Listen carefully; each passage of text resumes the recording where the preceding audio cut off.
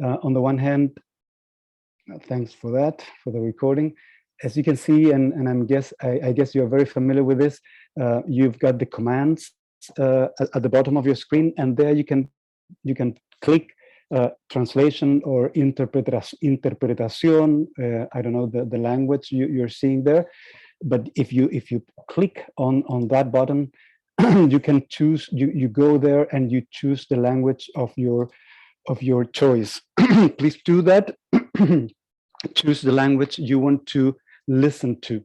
Okay, that's regarding language. And regarding language also, I would ask you to go to your little screen. Edgardo, perhaps we can turn off the slide and have all the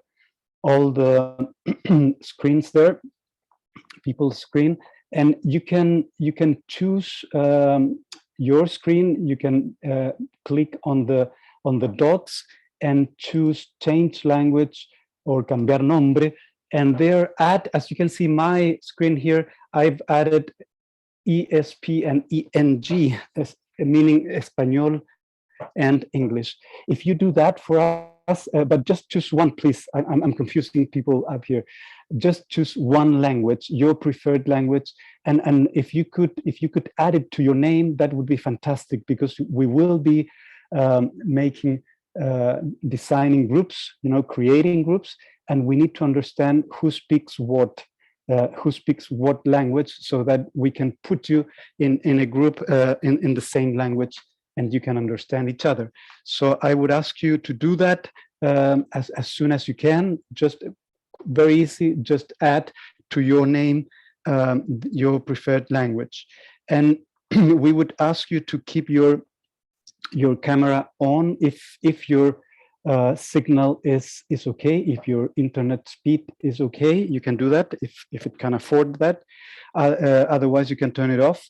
And we will, of course, ask you to turn your microphone off and keep it off all through, unless we're in a plenary and you would like to speak. What else? Let me see. Any comment, question you might have, please go to the chat window and you can write down there your question, comment, and we will deal with that. As I was saying, we are starting today, and it's going to be a series of 3 events. This is the first one, and we will let you know the dates of the other 2, and I think you might already know that. And it is a process, a consultative process that we are starting today. We want to understand, and I guess we want to overcome the challenges to local climate action, and particularly its funding. And we would like to go deepen. We would like to deepen on the particular challenges associated with climate evidence and the climate rationale. And we will be speaking further about all this.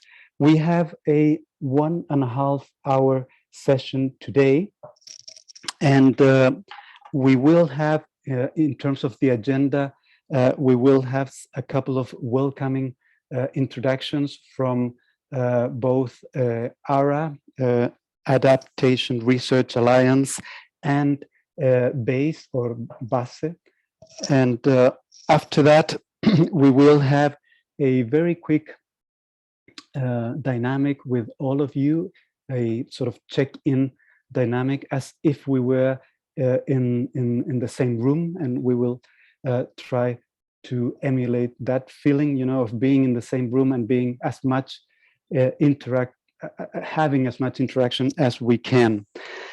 After that check-in, we will have a main presentation, and we will have Aditya Bahadur, who's a principal researcher from IIED, and he sent a recorded presentation. He will join us afterwards. He's got a clash in his agenda, but as I'm saying, after his recorded presentation, he will join us during this meeting. So And after that, we will have groups working, and we have 3 questions that we would like to pose on each of the groups. We will have these breakout groups, and we will share the questions with you, and we will have like a 20-minute, 25-minute conversation within the groups. So that's basically the agenda. After working in the breakout groups, we will come back to plenary. We will be here, and we will try and hear from some of the groups, time permitting. Otherwise, we will use a platform, Mural in this case, and I will come back to this and explain to all of you how this works. So that's basically in terms of instructions. I'm very happy, and we are very happy to see that we are all together more than 60 people right now. I think it's beyond our expectations, so very happy with that. And with no further ado, I would hand on the microphone to Jesse De Maria Kini. He's the head of Secretariat with Adaptation Research Alliance, ARA. Jesse, if you could open your microphone and please give us your introduction, your welcoming introduction. Great. Thank you very much, Hernan. Hello, everyone. Good evening, good afternoon, good morning. As you heard, my name is Jesse De Maria Kinney. I'm the head of the Adaptation Research Alliance Secretariat. So on behalf of the ARA, it's my pleasure to welcome you here to this first workshop of the consultative process on understanding the challenge of climate evidence for local finance. As you've heard, this process is led by ARA member Fundación Avina and the BASE initiative, or Building Approaches to Fund Local Solutions of Climate Evidence, which you'll hear more about shortly. Some of you are familiar with the ARA. I see various members, the names and the faces, but also there are some new ones. So just before we get started, I'd like to share a little background on the ARA and the consultative processes. First, just to say that the ARA is a global coalition of over 150 organizations spanning the adaptation, research, and action communities. And we bring together this transdisciplinary group of actors from traditional research funders, such as national research foundations and action funders like development donors, as well as philanthropic organizations in the private sector. We bring them together with research institutes and universities and local organizations who are working on the ground. The reason we do this is because we believe that these transdisciplinary actors are motivated by a shared goal of catalyzing investment in adaptation research for impact, the focus on the Global South, and particularly on those most vulnerable to the climate impacts. And together, we aim to support, to develop and co-develop user-focused, needs-based, and locally led initiatives on action-oriented research for adaptation solutions. And within the ARA, one of our activity areas are the consultative processes. And these consultations and engagements aim to identify knowledge gaps and needs, as well as opportunities for specific topic areas or thematic focus. And last year, in the lead up to the ARA's formal launch at COP26, we held 4 consultative processes. They covered the areas of climate risk assessments and LDCs, gender and social inclusion, global health with a focus on climate resilient health systems, and smallholder agriculture. Now, these processes themselves fed into other activities and other processes such as funding calls and learning journeys, and they continue to inform some of the ARA activities today. The chair's summaries or final output reports are available on the ARA web pages. We'll add the link to the chat shortly. But really, just to bring us back to today, is that today we're here kicking off this consultative processes on understanding the challenge of climate evidence for local finance. And during this process and over the several workshops, we'll look into this thematic focus to help identify the needs and opportunities. But also the idea is really that these engagements provide us with the opportunity to come together to help create and strengthen new networks or create new networks of organizations and individuals who work in this thematic area, and bring different perspectives from their own organizations. So with that, I'd just really like to welcome you all and thank you very much for your time and your energy. I look forward to engaging and exciting discussions today and throughout this consultative process. So with that, I'd like to pass over to Victoria, I believe, who'll share more about the BASE initiative and the consultative process. So thank you all very much and welcome. Thank you, Jesse. Victoria, and before perhaps moving to Victoria, I would like to remind you all if you could add to your name on your little screen there, if you could add to your name your language, that would be very useful, because we will be creating groups and we need to understand what's your preferred language.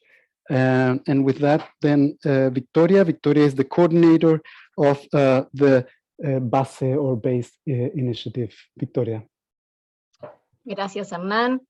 Bueno, buenos días y buenas tardes a todos y todas. Muchas gracias por sumarse a este proceso consultivo. Estamos muy contentos y muy contentas de estar hoy aquí con ustedes y muy entusiasmados por las conversaciones que siguen durante el transcurso de esta jornada.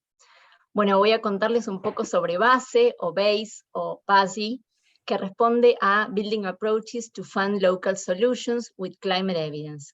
Y BASE es una iniciativa colaborativa que tiene el propósito de incidir en las prácticas de financiamiento climática actuales, porque creemos que hay que cambiarlas, porque el financiamiento climático tiene que estar direccionado para llegar a nivel local, en cantidad suficiente, de una manera que sea más sencilla, más rápida, y al mismo tiempo asegurando la racionalidad climática de las soluciones que vayan a ser implementadas. BASE actualmente está coordinada por Fundación Avina y está conformada por una plenaria de socios, que hoy ya cuenta con IVOS, GFLAC y el generoso apoyo de Skoll Foundation. BASE fue pensada como un task force para trabajar de manera conjunta con socios y con iniciativas asociadas en torno al desafío de construir una racionalidad climática para soluciones de base local. Para eso vamos a trabajar en 3 pilares, que son financiamiento, aprendizaje y escala.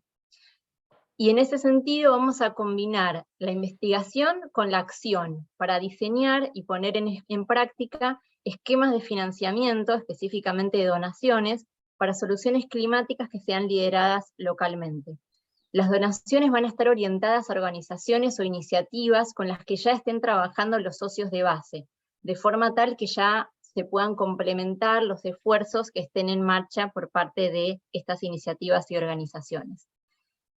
Y la implementación de estas donaciones nos va a permitir aprender y generar evidencia del impacto de estas soluciones que luego vamos a compartir con organismos de financiamiento, tanto privados como públicos, y con gobiernos, con este propósito de apoyar cambios en las prácticas de financiamiento climático actual para comunidades locales. Estamos, la verdad, muy felices de que BASE esté dando sus primeros pasos en este proceso consultivo, y también muy confiadas de que, en conjunto con el trabajo de nuestros socios actuales, y los que esperamos que se sumen muy pronto, vamos a crear una prueba de concepto que cambie el futuro del financiamiento climático a favor de las soluciones locales. En particular, sobre este proceso consultivo que fuimos diseñando junto a ARA, ya Jessy compartió los objetivos, así que voy a concentrarme en contarles un poco del proceso y el resultado. Respecto al resultado, esperamos que como consecuencia de estas aproximadamente 6 semanas que va a durar este proceso consultivo, desarrollaremos un informe que va a sintetizar las principales conclusiones, recomendaciones y aprendizajes de este espacio. Y este informe que desarrollemos va a servir como un insumo estratégico a la hora de diseñar los esquemas de pequeñas donaciones que vamos a lanzar en la COP27.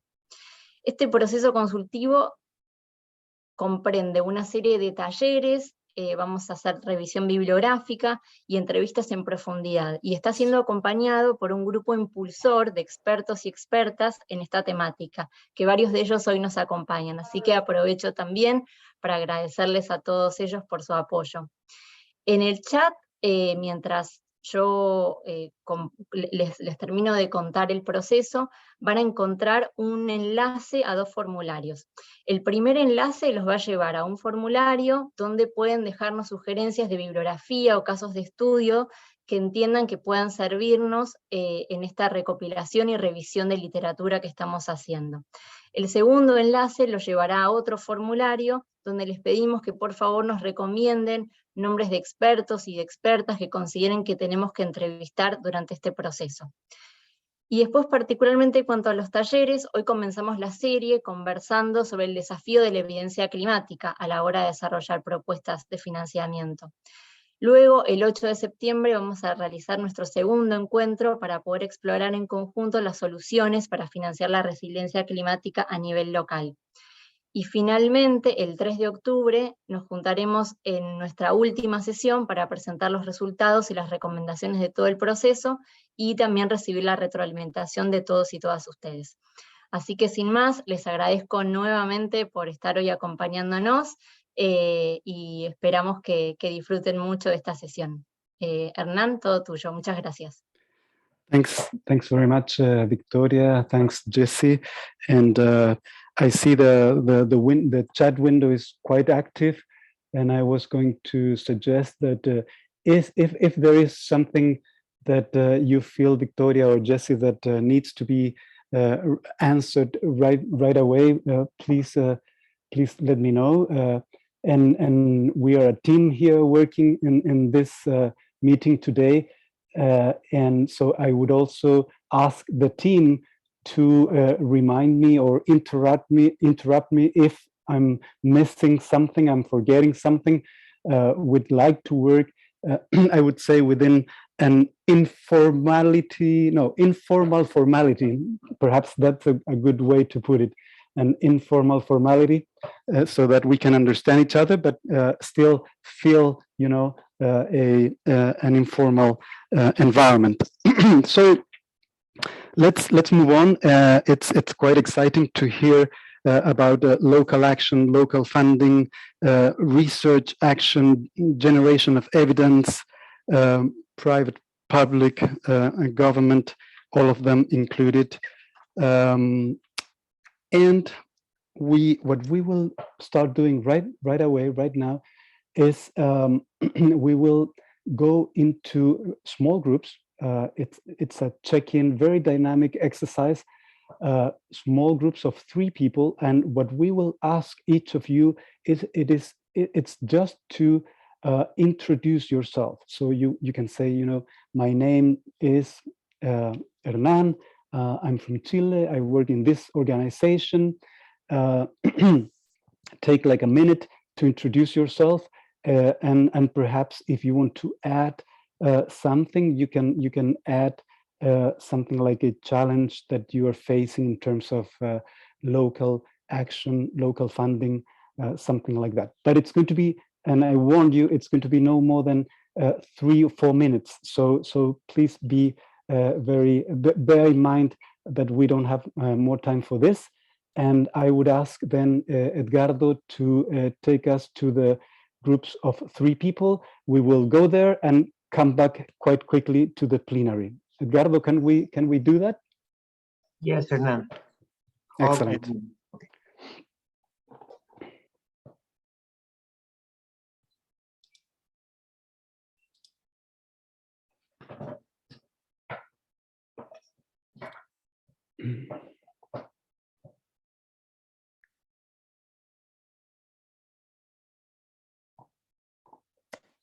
I guess we are waiting for us to be moved to the groups. It takes a bit of time. Please bear with us, and you will receive a message on your screen, and then you have to accept that, and you'll be taken to a group. Okay. So let's see, Edgardo. I'm a bit nervous because I've got a power shut here at home, but I still have like 50% of my battery. So let's fingers crossed.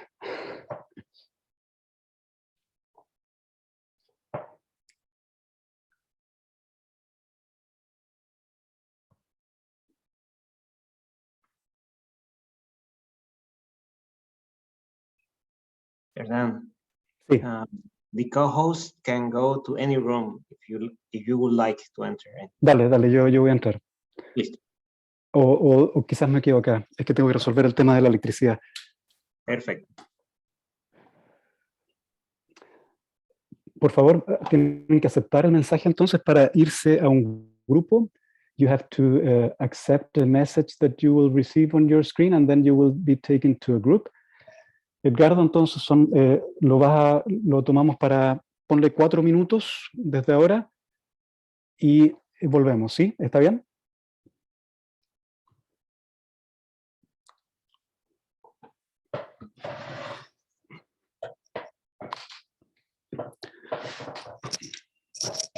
Edgardo, no sé si me escuchas. Sí. Yes. Perfecto. Dale, yo me voy a ausentar un segundo que estoy sin electricidad y algo pasó. Voy a ir a ver si entiendo qué pasa. ¿Ah? Vengo enseguida.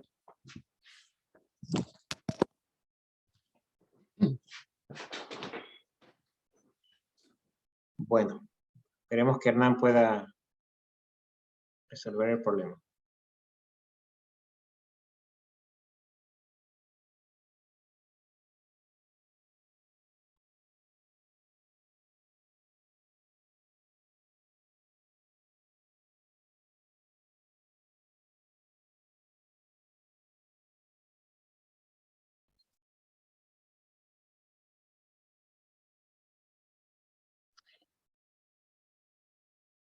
Edgardo, me parece que quedaron algunas personas sin ser asignadas a los pequeños grupos.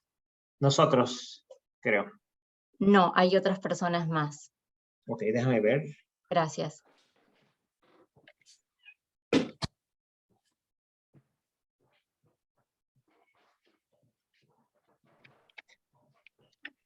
Victoria, son los traductores. No, en mi lista no veo a los que están on assign. Sería Hernán, Sofía, Victoria y Wendell Andrade.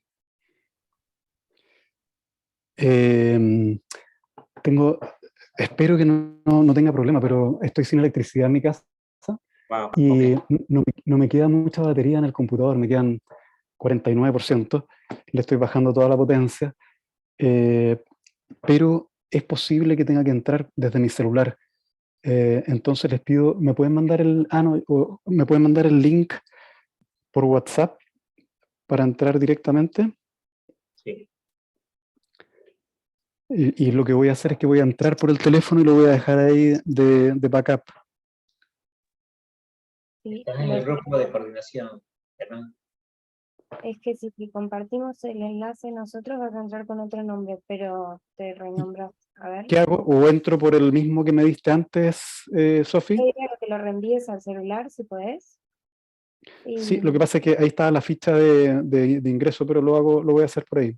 Lo hago por ahí, está bien. Bueno. Lo hago de nuevo.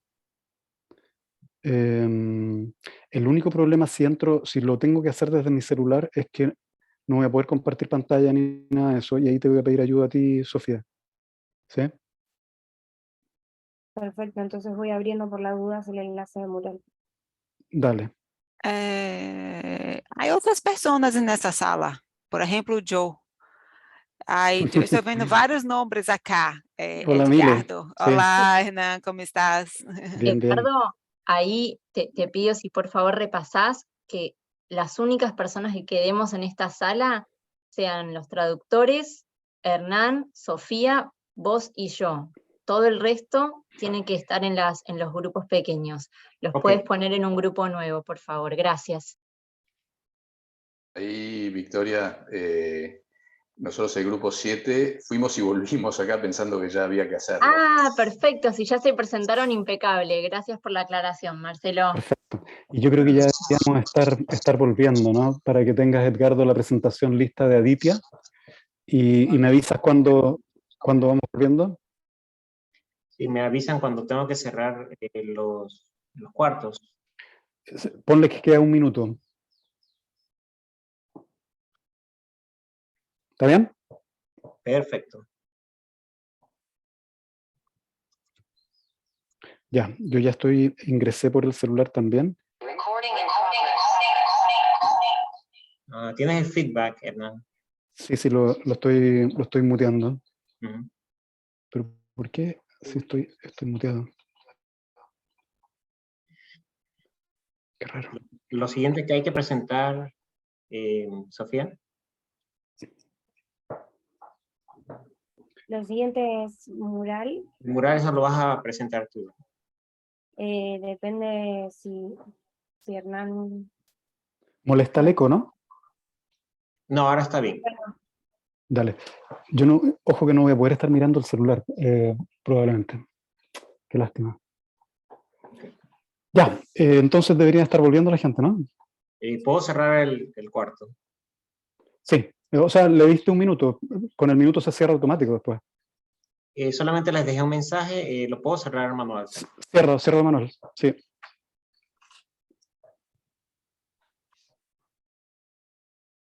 Listo.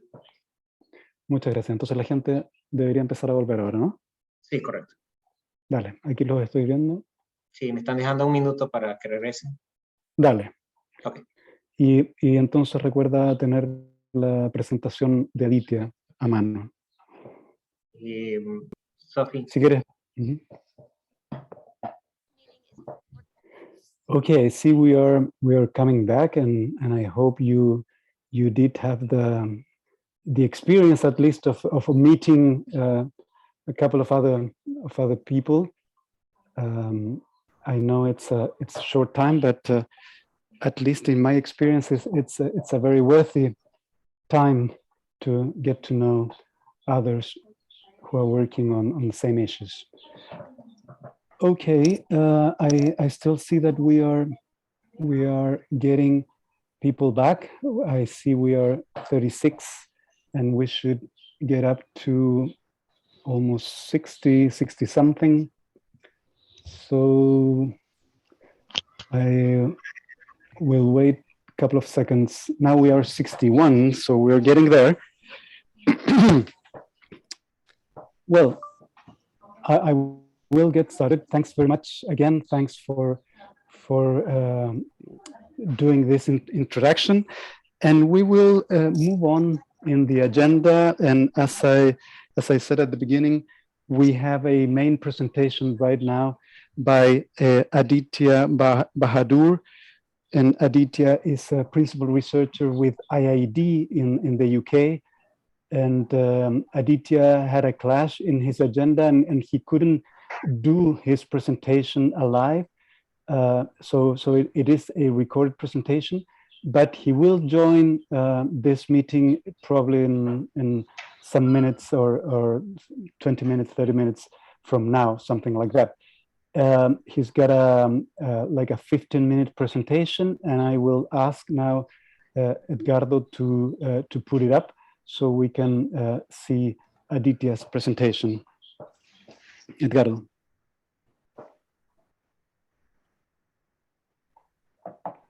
Sofía la va a poner.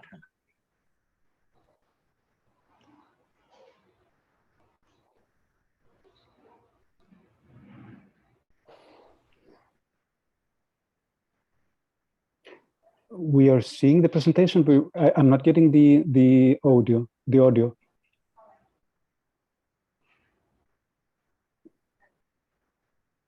Edgardo? Try again.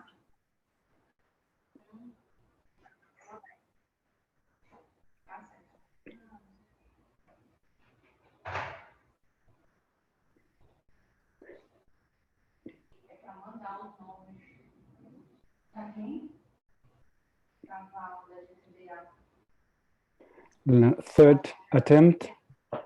In Spanish we say la tercera es la vencida. Let's see if it works now.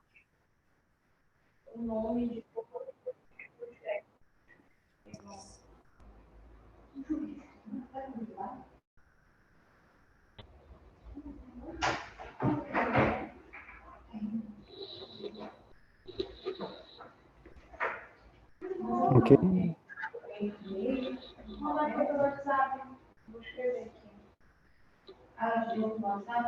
No, we are not getting Aditya's voice.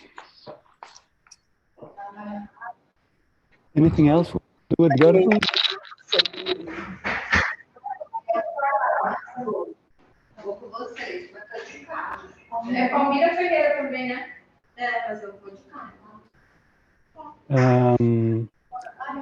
Sorry for that. Unforeseen. Give me 1 minute, Hernan. Okay. Just 1 minute. Okay. Okay. This is an unexpected technical problem. You know how these things are. Aditya has just joined, Hernan. Sorry to really? interrupt. Oh wow, Yeah. that's like a miracle. Yeah, Aditya. definitely. Hello, Hi, Aditya. You come in just at the precise moment because we have technical problems with your presentation and we couldn't hear your voice. So I guess if you can, I don't know if you can share your screen and proceed with the presentation live. Would you like to do that? Yes, I just need a minute to see how to do that, because I worry that the version that I have also has a recording on it. Or perhaps we can I know, but we have the presentation with your voice on top of it.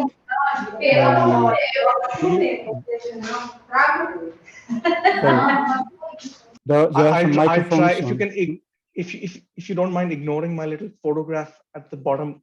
Of course, let's do that. That's an excellent idea.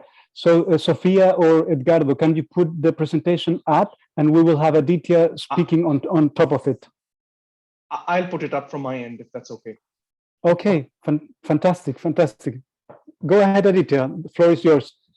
Thanks, Scott. Sorry for joining you late, and apologies for the technical challenge in the presentation. I'll just try and speak a little slowly because I know I think we have translation. So over the next 15 minutes or so, we're going to talk about locally led adaptation. What are the opportunities for bringing this to life and what might be some of the challenges? And particularly, we'll focus in on the challenge around the climate rationale. Just stepping back for a minute, beginning with what is locally led adaptation. This is adaptation where individuals, households, my screen is visible, right? Anand, if you can give me a thumbs up, perfect. This is when individuals, households, communities, and local organizations have agency over their own adaptation to prioritize, design, implement, monitor, and evaluate different kinds of solutions to deal with risk, basically ensuring that those individuals and institutions that are on the front line of climate risk have the agency and the finances to deal with climate risk.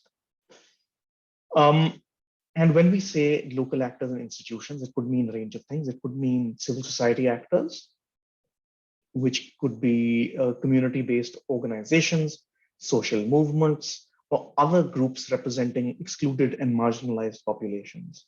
It could mean public institutions, such as subnational authorities and governments, municipalities, for instance. Or it could mean private institutions that could include small enterprises, small holders, small cooperatives and companies. The backbone of this whole paradigm of locally led adaptation, as you can see on the slide, is a set of 8 principles. I'll go through these very quickly. Principle 1 on the left side is around devolving decision-making to the lowest appropriate level. Simply, this says that local communities and institutions and actors need to have the ability to make decisions on adaptation. It does not mean that every single decision on complex cross-scalar adaptation processes need to be taken by communities. It just simply says those decisions that should be, or that can be taken by communities should be. The second principle is on addressing structural inequalities. I think all of us know now that there are at least 3 decades of empirical evidence that underlines that these issues of governance, power, gender, caste, class, and these sorts of issues that underpin risk. And unless we're tackling these structural drivers or root causes of risk, we will always only be making incremental changes and not really achieving change at scale. The third principle is around providing patient and predictable funding that can be accessed more easily. There are three components to this principle. The first is patience. The locally led adaptation principles argue that funding should be for a minimum of 7 years, because all of us know that 3 to 5 year financing for projects doesn't really achieve much. The second component of this principle is predictability.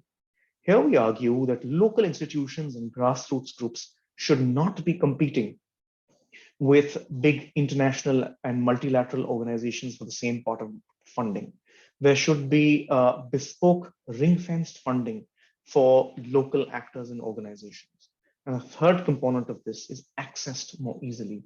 Currently, modalities for accessing international climate finance are so difficult that most organizations at the local level find it impossible to do so. Anyone who's dealt with processes around the Green Climate Fund know that it's at least 3 to 5 years, and between $100,000 to $300,000, it takes that much to access a dollar from the GCF. And we have some funds that are starting to allow proposals in video format or in local languages. And we need to amplify these practices that make it easier for local groups to access international climate finance. The fourth principle is around investing in local capabilities to leave an institutional legacy. What we're saying is, don't just do a project, leave something behind. This is not a fresh idea by any stretch of the imagination. We wanted to include this to make sure that we don't forget this. Contribute to making local institutions more robust. So when a different donor comes in, or when the government can find its own resources, there's something to plug into at the local level. And there are lots of interesting examples of this in the context of adaptation. The next principle is around building a robust understanding of climate risk and uncertainty. What we're saying here is that we should avoid just using top-down scientific information, for instance, through downscale climate modeling, to base adaptation decisions on. What we're saying is we need to meld insights from different sources of information, from top-down scientific data, from bottom-up community perceptions, to together develop adaptation solutions that might be robust in different kinds of climate scenarios. Also, we need to make sure that we're always communicating the high degree of uncertainty that underpins any analysis of how climate change might impact a particular area, and prepare for that by developing flexible solutions in close collaboration with local communities. Then going to the next principle, which is on ensuring transparency and accountability. Far too much of adaptation finance has historically been accountable for donors. We need to change that orientation and make finance much more accountable to the communities that it's aiming to benefit. Great example of this comes from a public program in India that some of you might know. It's called the Mahatma Gandhi Rural Employment Guarantee Scheme. And it guarantees 100 days of employment to every household that's below the poverty line. And there's lots of analysis to say that it has important contributions to building resilience in different parts of the country. Here, any community member can demand that the account books of the program in their area are opened up and they can scrutinize it. It's enshrined in law. This way, the orientation of accountability of this program is towards communities.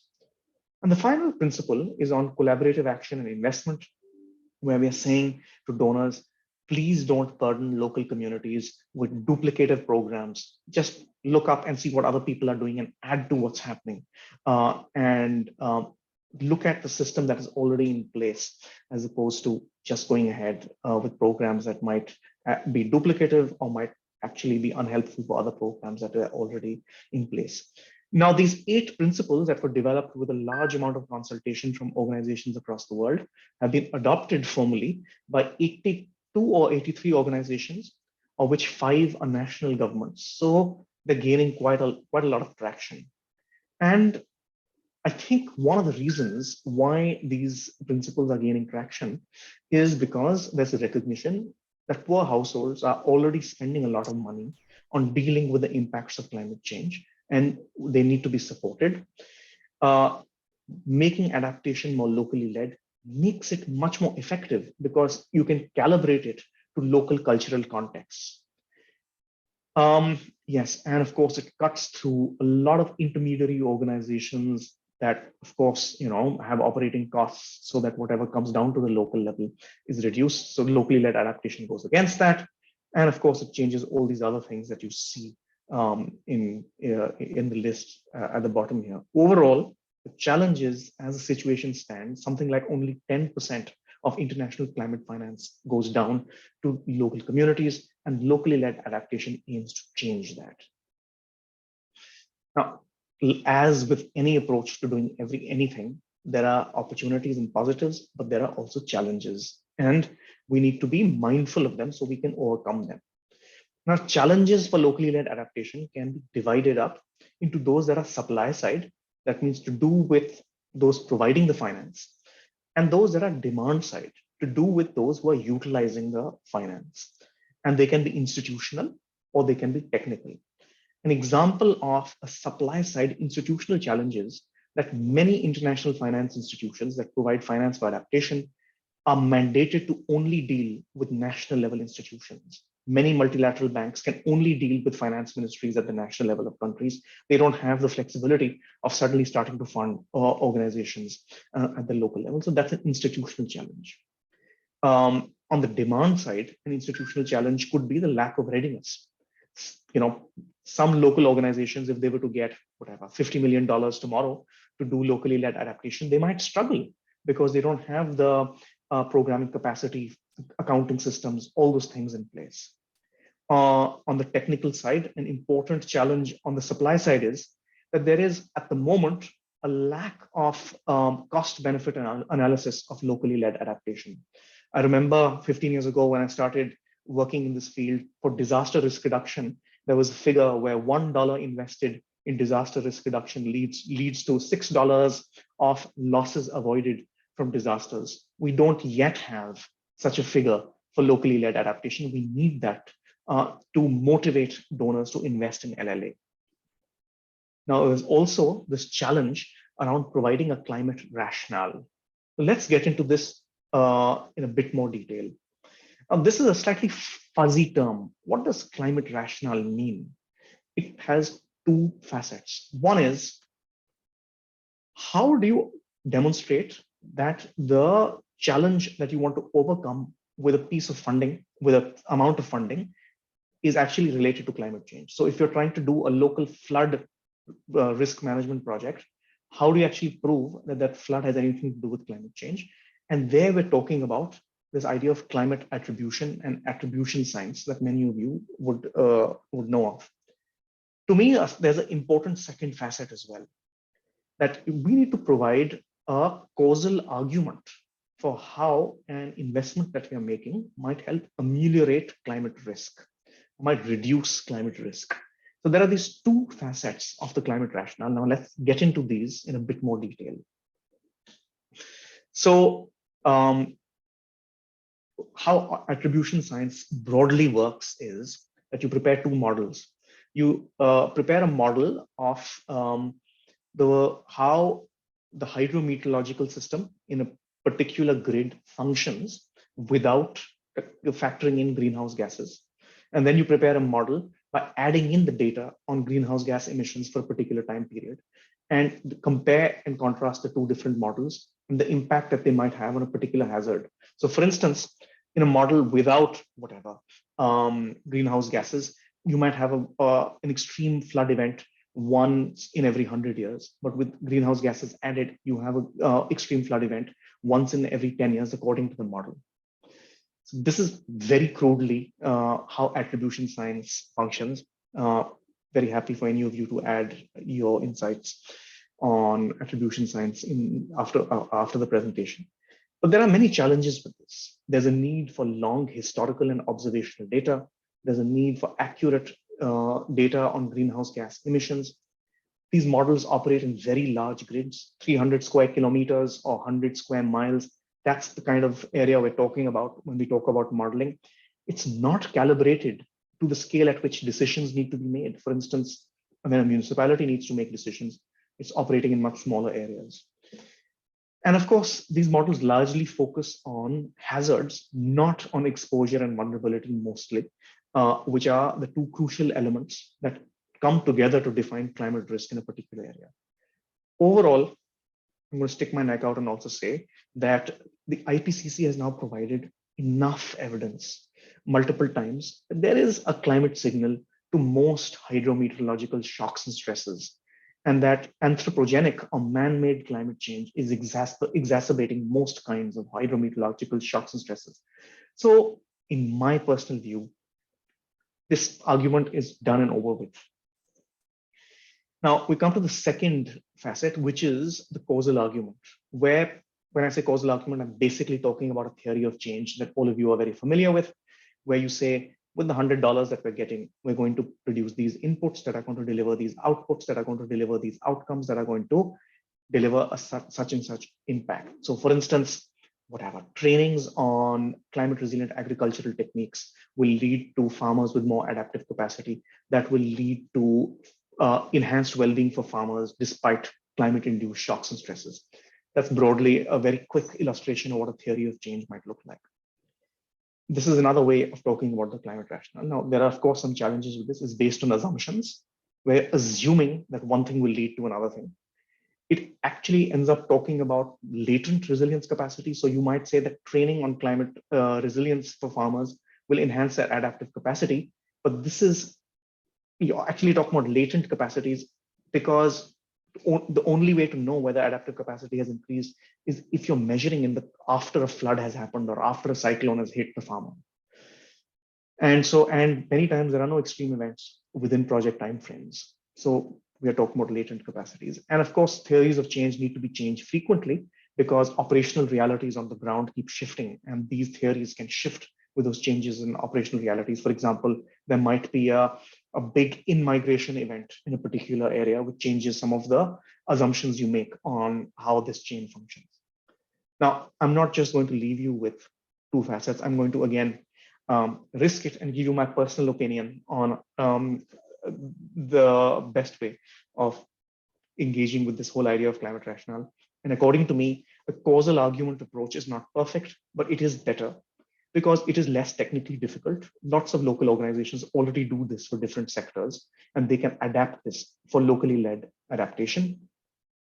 It's much more focused on determining what can be done as opposed to only outlining the attribution of greenhouse gases on particular events that you might be trying to deal with. It is, okay, I say this with some trepidation because you can spend years developing a theory of change, but it is less time consuming. You can gather a basic amount of data from the community, speak to key stakeholders, and get on with preparing a causal argument that it will be generally be robust. And because it draws on data that is available or can be collected. And crucially, it leaves a lot of space for including subjective and perception-based insights that we know now through a lot of evidence that are valuable and are crucial for making local adaptation initiatives successful. And as such, they don't only rely on data that is developed by experts or through purely scientific processes. So I'm very happy to be contradicted, but that's my personal opinion on the way that I would go with climate rationale. And I would plead with all donors to stop emphasizing the importance of determining attribution and focus much more and getting organizations to think through this causal chain that I think is more useful. And with that, I'll hand back to you. Wonderful, wonderful. Thanks so much, Aditya. Thanks so much for accommodating also to give the presentation alive, even though you had recorded it. I particularly find the slide where you've got the principles an extremely comprehensive view of not only the principles, I would say, but also we can infer from that slide the possible barriers, challenges, that we are facing when it comes to locally led adaptation. I think with your presentation, the rationale for locally led adaptation and action and funding is clearly and solidly exposed. So thanks very much for that. I'm sure there are a number of reactions, and people would like to perhaps comment and and make questions and stuff like that. I'm so sorry that we don't have much time, and what we have thought of is to go to groups, and please bear with me, all of you. Go to groups, and I will give some introductions before we move on. But in the groups, you can have perhaps a richer discussion. All of you will be able to speak out, which we couldn't do here with more than 60 people and half an hour or so of time left. So what I will do is I'm going to share my screen just to show you how we will work. We are suggesting to work, and let me see. I will have to share my screen, my desktop, and we are, perhaps some of you are familiar with mural or mural. Let me know if are you seeing my screen now? Please open up a microphone and tell me, because Yes, Hernan. Yes, yes, we thanks very are. much. Thanks very much. Excellent. So if you go to mural.com, and we will give you the link on the chat window right now. Sophia, can you do that for me, please? Share the link for this mural or mural. And if you click the link that Sophia will add to the window, to the chat window there, you will come to this page that you're seeing right now on my screen. And it's extremely easy to use. Don't feel frightened from this platform. It's extremely useful to. It's like a blackboard or like a whiteboard indeed. And here you can see I've got 4 sections here, and you can zoom in, you can zoom out, you can do a number of things here. For instance, here I'm zooming in, and as you can see, there's a first question here, and it's in the 3 languages that we are operating. It has to do with how to ensure climate rational to a project, to a local project in particular. How to do that, how to ensure that climate rational. And the way it works is, and the invitation that we are extending to you is, you choose a post-it, like I'm doing here. I'm clicking a post-it, and you write whatever you want to write there. Like I'm clicking, I'm writing there, I'm typing. So if you have a comment, an answer, or a question regarding how to ensure climate rational to a project, you select one of these post-its here, the green, the yellows, and you write down your opinion, question, or whatever. Second column here, you see it says type of information used to demonstrate climate evidence in a project proposal. I'm sure most of you have come about the challenge of demonstrating climate evidence in a project proposal, and what is then the type of information that you use? What kind of challenges or barriers have you faced there? Again, you choose one of these post-its and you just write down your answer, your question, your comment. Okay. Then the third column here, it says challenges in providing and demonstrating climate evidence when preparing local projects. You see the questions are subtly similar, but they are different. And again, the idea would be that you choose a post-it and you start commenting, you start asking a question, or perhaps sharing an experience there. And then the last but not least column here, the fourth one, opens up the discussion to other challenges to local climate action and funding. So beyond beyond climate evidence and providing climate evidence and demonstrating the climate evidence and rationale, what are other challenges that you have faced in terms of local climate action and funding? And again, please just select a post-it and type in whatever you want to share with people. It's, again, please do be active. It's not difficult at all. It's like if we had a whiteboard and we were using it and sticking up some post-its as we talk. So I leave you with that invitation. You can start right away from now onwards participating in this whiteboard, and I will stop sharing my screen. And what we will do now then is we will have Edgardo sending us to groups. It's going to be a maximum 5 people per group, and the idea is to have no more than 5, so that we can really talk and hear ourselves and exchange answers and opinions regarding the questions that I've shared with you in this mural. So that's the idea, and the idea is to spend no more than 20 minutes in these groups. We will come back to plenary, and we will, and Aditya, I would be very happy if you want to take the microphone during plenary and perhaps react to whatever we are seeing, either on the post-its or in the chat, in the window chat.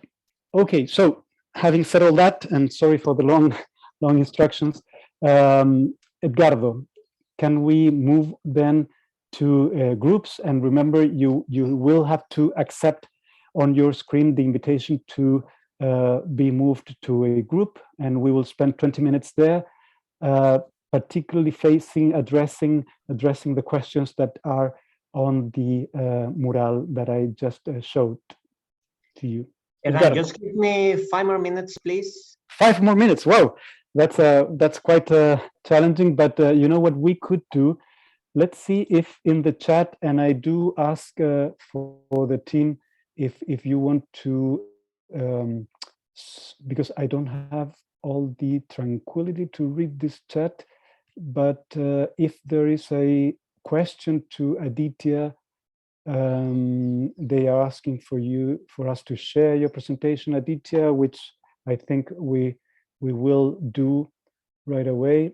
And let's see if there's anything else we could do here. No. And if there is someone who has a question to Aditya right now, and taking advantage of this 5 minutes that we have to fill in, feel free to raise the hand. And I've got Christina. Christina, please open your microphone and ask your question or your comment. Go ahead. Sure. Thank you so much, Hernan. Aditya, I really loved your presentation. You mentioned a few things that I thought were intriguing that I was wondering if you could elaborate on. One is this issue of subjective climate information.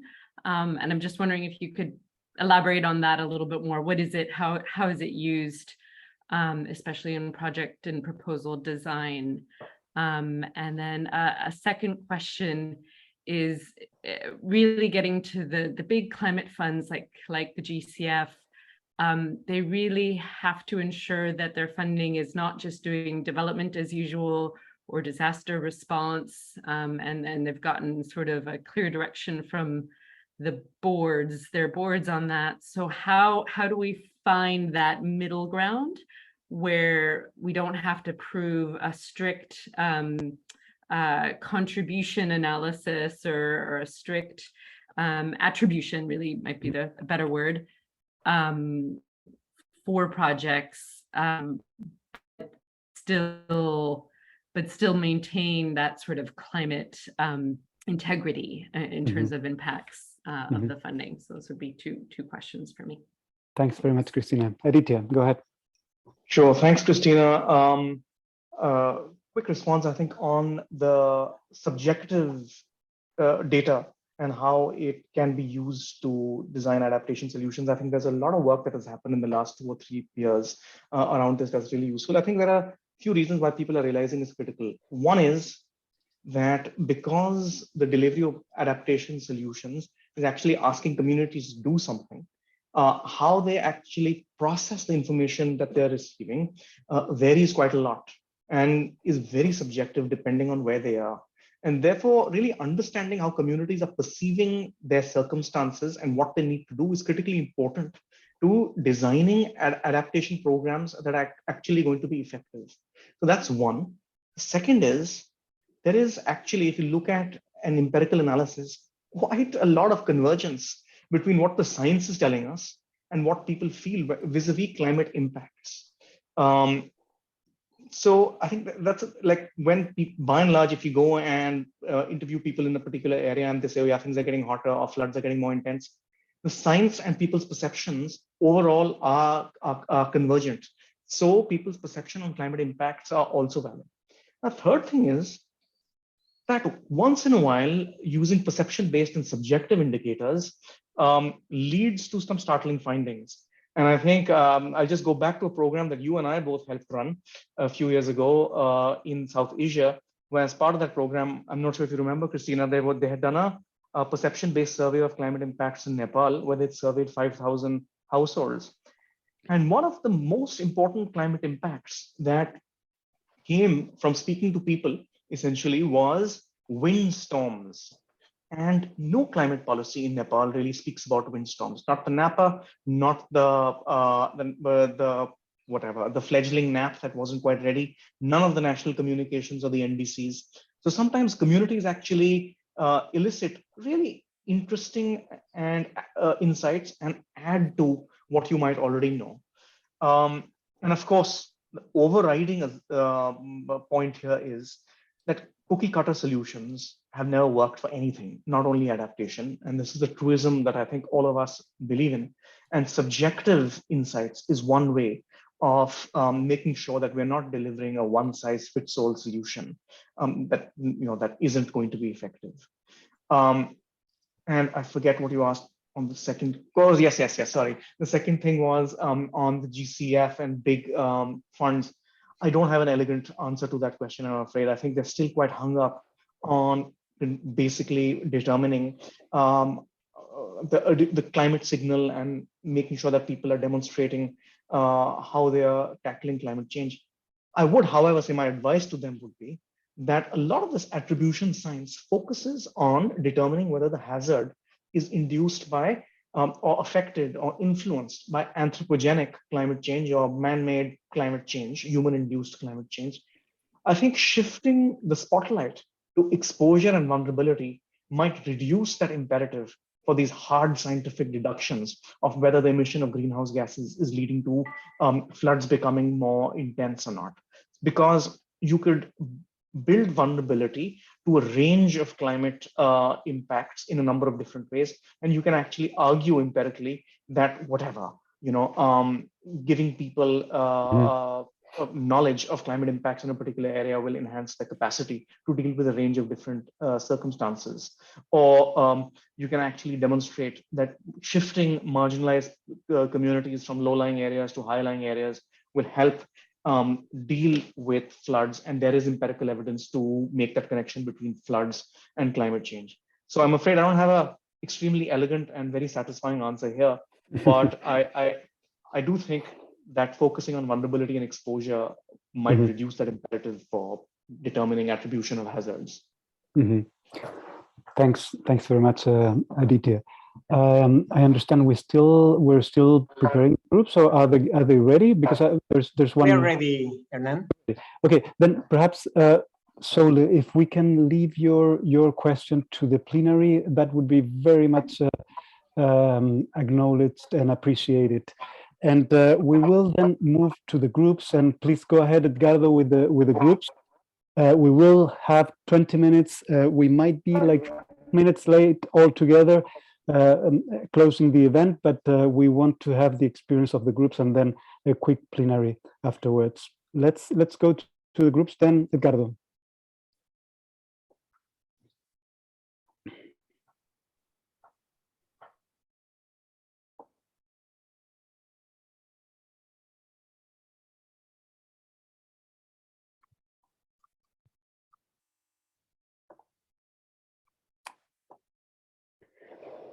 Okay, we're still 20 people here, and les recuerdo que tienen que aceptar la invitación para ir a grupos.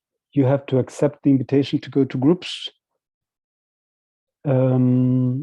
Okay.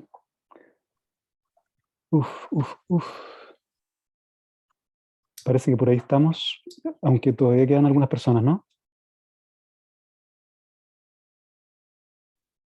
Avísenme si falta alguien que lo ponga en un grupo.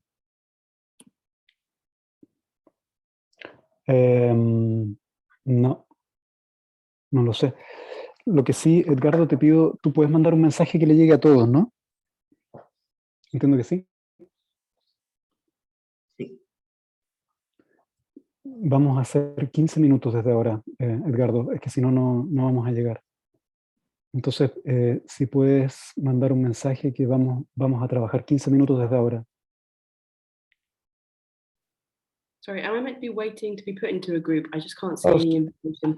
Let's see. So sorry about that, Sydney. Let me see if I can move you to a group. Yes, same for me. Sorry, I didn't get an invitation as well. Okay, let me go one by one. Sydney, I'll take you to a group.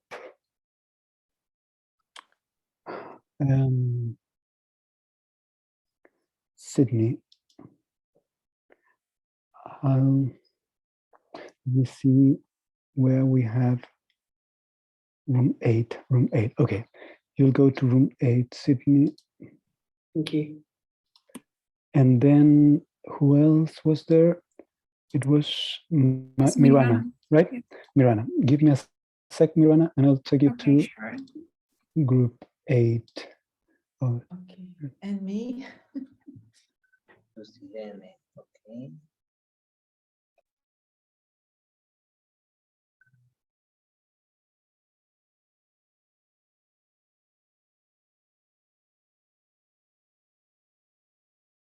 That would be number 4.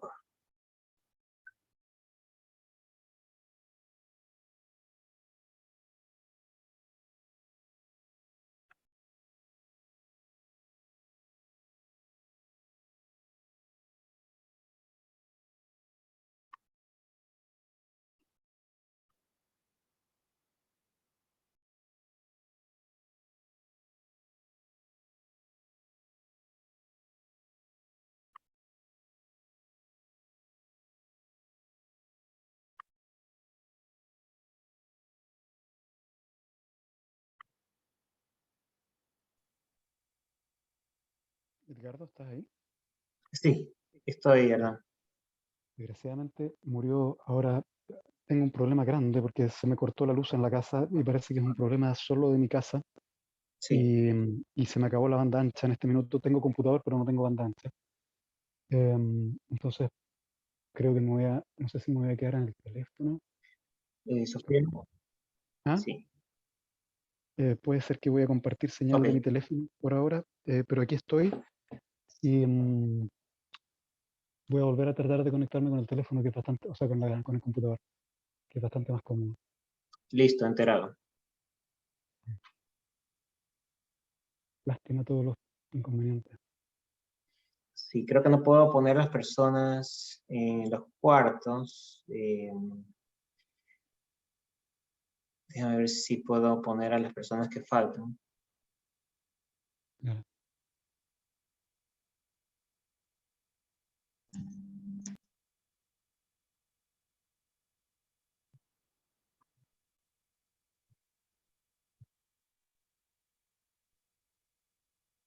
Ok, voy a asignarla al 4. ¿Viste?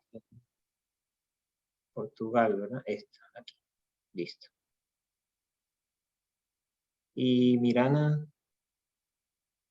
Yes, please. Yeah, let me see if I can put you English, room number 8. Okay, sure.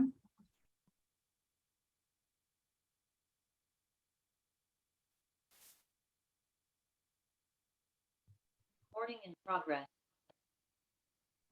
Okay. Anyone else?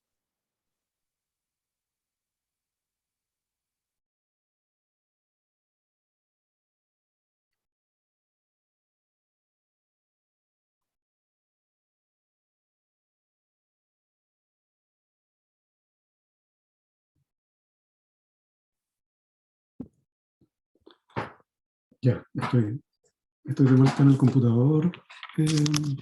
Estás de regreso, ¿verdad? De vuelta en el computador. Let me see. Pero está muy difícil.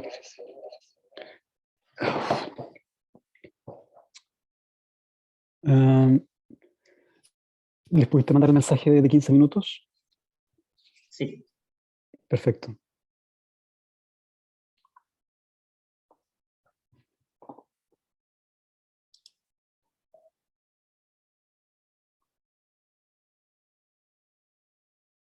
Entonces me parece que tipo 24 minutos pasado la hora vamos a cerrar los grupos, ¿ok? Listo. Desde ya. Ujú.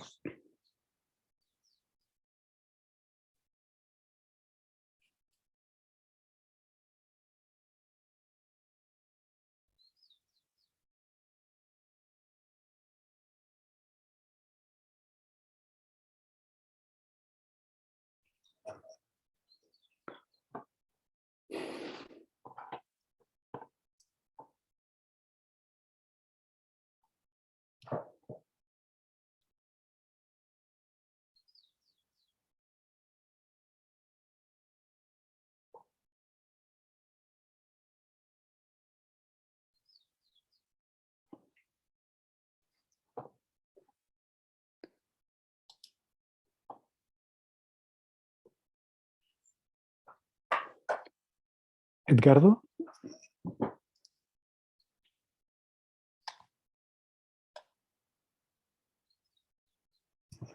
Sí, perdón, dime. Sí, te iba a preguntar si yo puedo mandar un mensaje por la ventana de chat y que les llegue a todos, ¿o no? ¿O tengo que meterme en grupos para mandarlo? Puedes mandarlo por el chat. Oh, y va a llegar. ya, perfecto. Dale. Entonces nos quedan unos 3 minutos más y estamos, ¿ah? Entonces, tipo 2 minutos más, mándate un mensaje a todos que diga que queda 1 minuto. Ajá, cuando voy a cerrar el room, les da 60 segundos para que se Ah, salga. ya, entonces, ya, perfecto. Ya, no te preocupes, yo voy a mandar un mensaje ahora. Listo.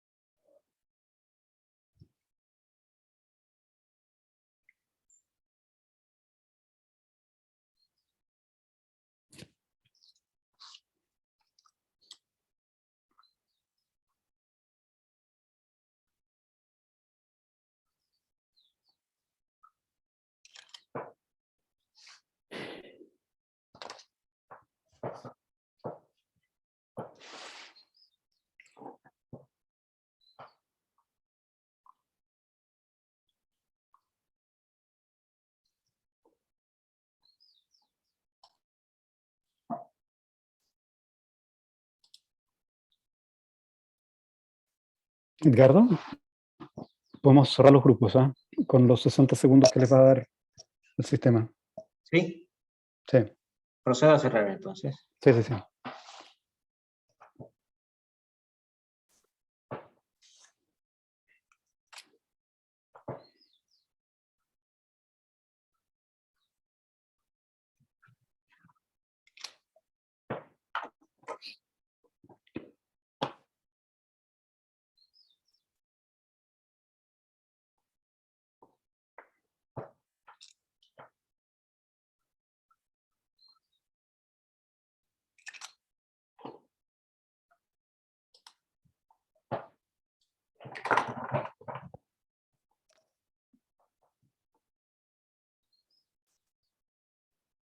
Oi, Erna, quanto tempo? Querida Telma.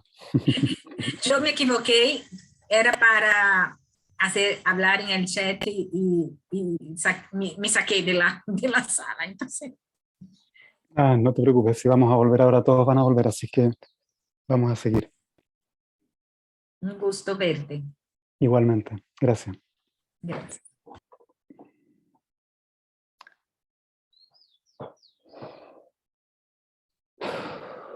Okay, I see we're coming back, and let me first apologize with all of you, because everything that could go wrong has went wrong this time, and I've got a power shutdown at home, and I'm with my leftovers of the battery in my computer. I've got the cell phone here as a backup, but I'm so sorry. I know. I hope it was a good, like a trailer, you know, when you have a very good movie. I hope the conversation in the groups was like a good trailer of something that we will continue in the next 2 events that we will have. But let's do our best with what we have, and what we have thought about doing is have a brief, like panoramic reading of the mural, the whiteboard that we have, and Victoria, part of the team and coordinator of this initiative, she has been reading the post-its that you have been writing down, and I've asked Victoria to give us like a panoramic view of what is coming up in the post-its that you have written down. And after that, I was thinking that we perhaps could hear Aditya reacting to some of the points or commenting some of the points that will come up. I'm so sorry, the original idea was to hear some of your voices and some of the voices of the groups, but we cannot do that with the time we have left. So if that's okay with all of you, and I hope it is, Victoria, I would ask you to give us a panoramic view of what we are seeing in the whiteboard now. Perfecto, Hernán, muchas gracias. Voy a ir al mural para recordar alguna de las reacciones a cada una de las preguntas, para sacar algunas conclusiones generales. En relación a la primera pregunta que nos hacíamos sobre cómo asegurar la racionalidad climática de un proyecto, acá las reacciones son de diferentes tipos, y entre ellas incluimos estudios basados en la ciencia, estudios de factibilidad, o sea, cosas más técnicas, con un apoyo más científico, evaluaciones de cambio climático, evaluaciones de la racionalidad para hacer frente al problema, pero también otro tipo de soluciones que incluyen procesos participativos y aportes de actores locales relevantes, asegurar que haya una conexión entre amenaza, impactos y soluciones, y que toda la información esté disponible para hacer proyecciones, ¿no? Involucrando en ese sentido a la comunidad como una acción clave, y conectándolo con lo que está pasando en ese lugar para asegurar que estamos generando algún impacto positivo. Respecto a la segunda pregunta, donde nos planteábamos específicamente sobre qué tipo de información es necesaria para demostrar esta evidencia climática de un proyecto, acá también aparecen soluciones más innovadoras a las que a lo mejor algunos estamos más acostumbrados, que son datos meteorológicos, aumento de temperatura, aumento de la frecuencia de inundaciones, y estas soluciones más innovadoras están relacionadas con memorias de personas locales, storytelling, cómo los impactos cambiaron en la vida de la gente, en los cultivos, y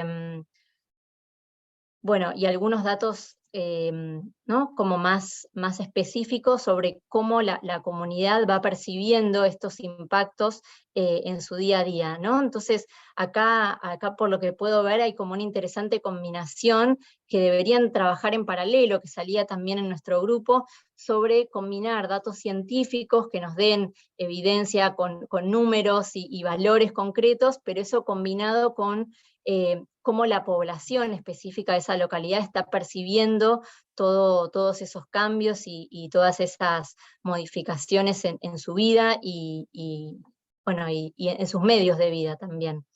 Y finalmente, la última pregunta que compartíamos con las personas que nos acompañan, tiene que ver con desafíos sobre disponer y demostrar la evidencia climática a la hora de preparar un proyecto. Y acá dentro de los principales mensajes nos encontramos con falta de disponibilidad de recursos para hacer los modelados, falta de datos disponibles para correr estos modelos, todo el tiempo y los recursos que implica generar toda esta evidencia con tanta información y tantos años que se necesitan también para correr los modelos. Sale mucho el tema de la disponibilidad de datos, información, y una cosa que en lo personal me parece muy interesante tiene que ver con los indicadores, ¿no? Cómo realmente estamos midiendo el impacto que queremos que suceda, el impacto positivo de las soluciones de adaptación y mitigación que vamos a implementar. Bueno, eso Hernán por ahora, porque sé que estamos ajustados de tiempo. Quizás ahí, si Aditya quiere reaccionar otra vez, lo invitamos a que pueda darnos algunas palabras. Thanks very much, Victoria. And I'm aware that there was someone raising her hand or his hand, I don't remember, before we went to the groups, to the breakout groups. If that person is still here, I would like to honor my word and open up the opportunity for he or she to open up the microphone and ask a question. I've got Paula. It wasn't Paula, but Paula, let's hear what you have to say, and then we can move on to Aditya. Paula. Yes, thank you, Hernan. Just to open also to other issues that emerge, at least in our group, to complement Victoria's summary. One is the importance and the relevance of being very close to the local level and hearing and listening to what the local people have to say, because much of what's happening in terms of climate change is being well recognized by local people. So incorporating that and the localization is very important. Another issue we discussed refers to also the role of the profile of the intermediary organizations and how understanding the profile of these organizations is part of building the climate evidence, especially if we're talking about the bank sector. And here Adriana might correct me. And last but not least, we were talking about the challenges regarding the time, how challenging it is to provide all the evidence that is needed in a short time. So the time issue also emerged strongly. Thanks. Thanks very much, Paula, for sharing that with us and give us a broader sense of what the groups discussed. And I see that it was a rich discussion despite the fact that the time was quite short. So I'm glad for that. Aditya, your microphone, the floor is yours. Now, I feel like I've spoken a lot already, so I'll keep these remarks very short. I think the insights that are included on the mural are really fascinating and very accurate, so I don't have much to add. It's very reassuring to see that everyone is underlining the importance of melding different kinds of information to inform climate adaptation, from people's memories to hard data on climate and hydrological cycles. So I think that's really important. I think it's also quite heartening to see that there seems to be a good representation of the three main components of risk, which is hazards, exposure, and vulnerability. I think people are alluding to those three components of risk in different ways.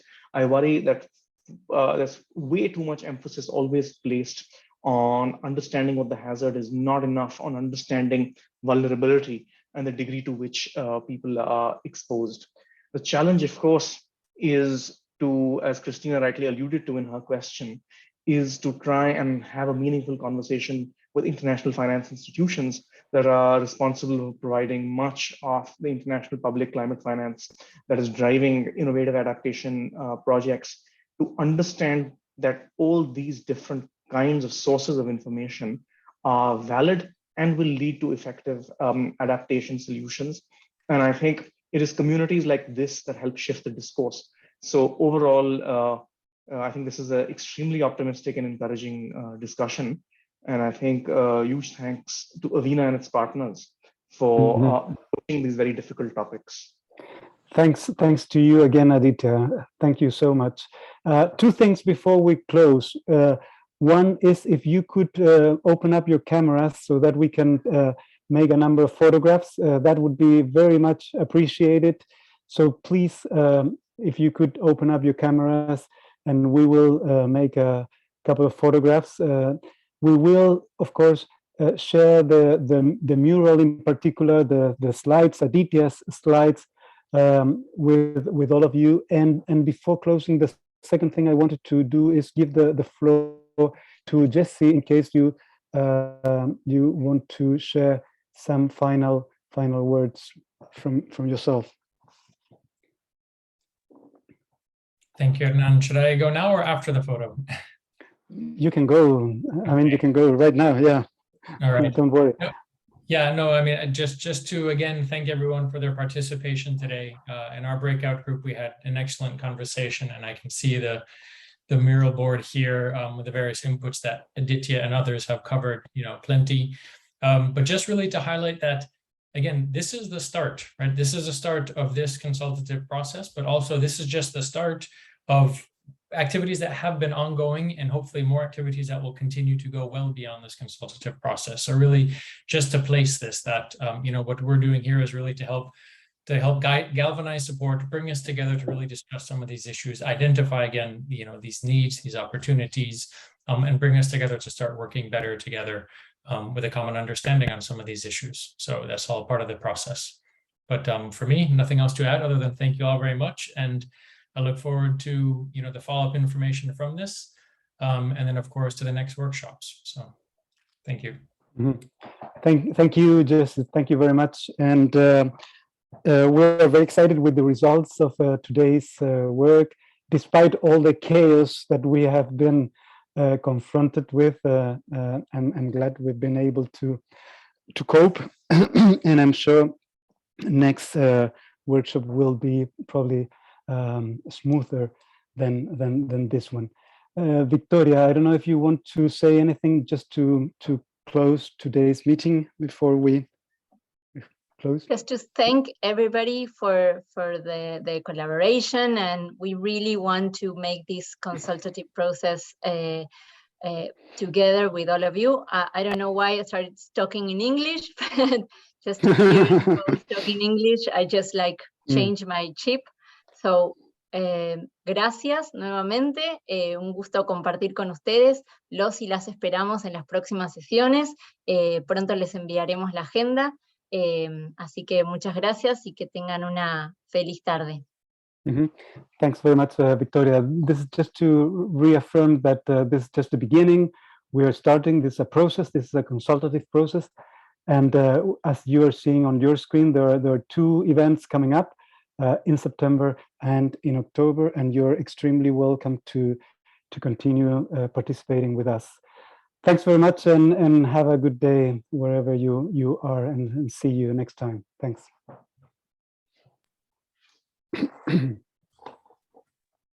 Thank you. Bye-bye. Bye-bye. Thank you. Adiós. Bye. Nada, chao. Gracias. Ciao.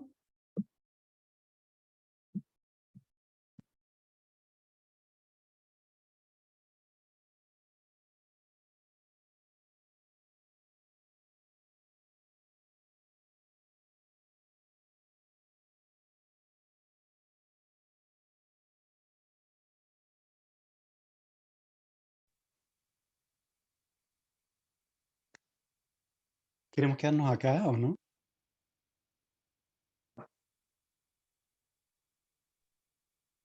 Esperamos que salgan todos.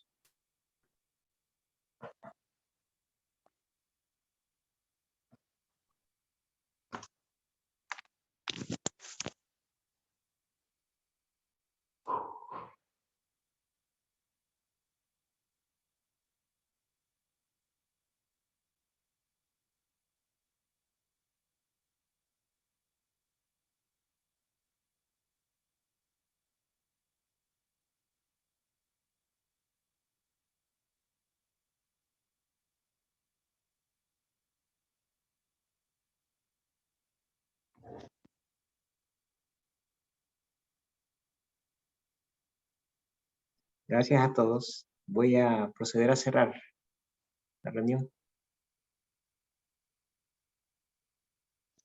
Entonces, ¿nos juntamos aparte en otro grupo? ¿Cómo lo hacemos? Sí, claro. Dale. ¿O quieren usar este espacio? Voy a parar la grabación. Dale, para nomás y nos vamos a otro lugar. Vicky, tú avisas. ¿O Vicky se fue? dijo que se fue al otro, acá por el